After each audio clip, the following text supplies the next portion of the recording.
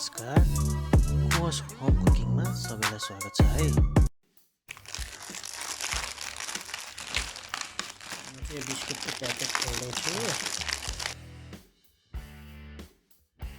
बिस्कुटमा चाहिँ खण्ड खण्ड छ। यसलाई चाहिँ म बिस्कुट चाहिँ यो बिस्कुटहरूलाई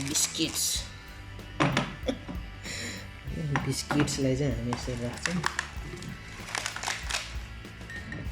अनि यो बिस्कुटको बाख्रालाई चाहिँ म आइस ब्लक बनाउन ट्राई गर्छु। कस्तो हुँदो रहेछ।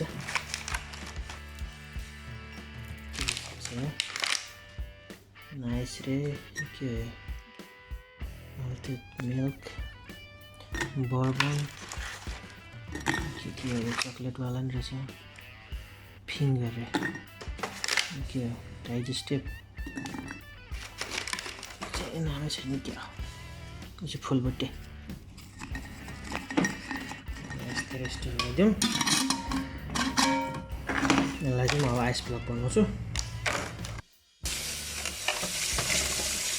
हामी बिस्कुटको प्याकेट भाँडालाई हामी चाहिँ आइस क्युब बनाउँदैछौँ। धेरै पनि हालो निकाल्ने राख्नुलाई अलिक कम हालेर यसलाई चाहिँ अनि फ्रिजमा राखिदिउँ। कस्तो हुन्छ निकालेर हेरौँला कस्तो भएछ हेरौँ त। सही भयो त सही सेप चाहिँ अब निकालिदिउँ। हामी ठुलो आइस क्युब बनाउन सक्यो। त्यही नै सेपका ठिक छ यति नै गरौँ। धन्यवाद यतिन्जेलसम्म यो भिडियो हेरिदिनु भयो।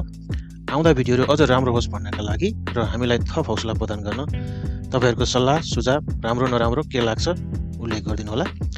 त्यसका साथै कुनै पनि भिडियो नछुटोस् भन्नका लागि युट्युबमा गई यस च्यानललाई सब्सक्राइब गर्न चाहिँ नभुल्नु होला है।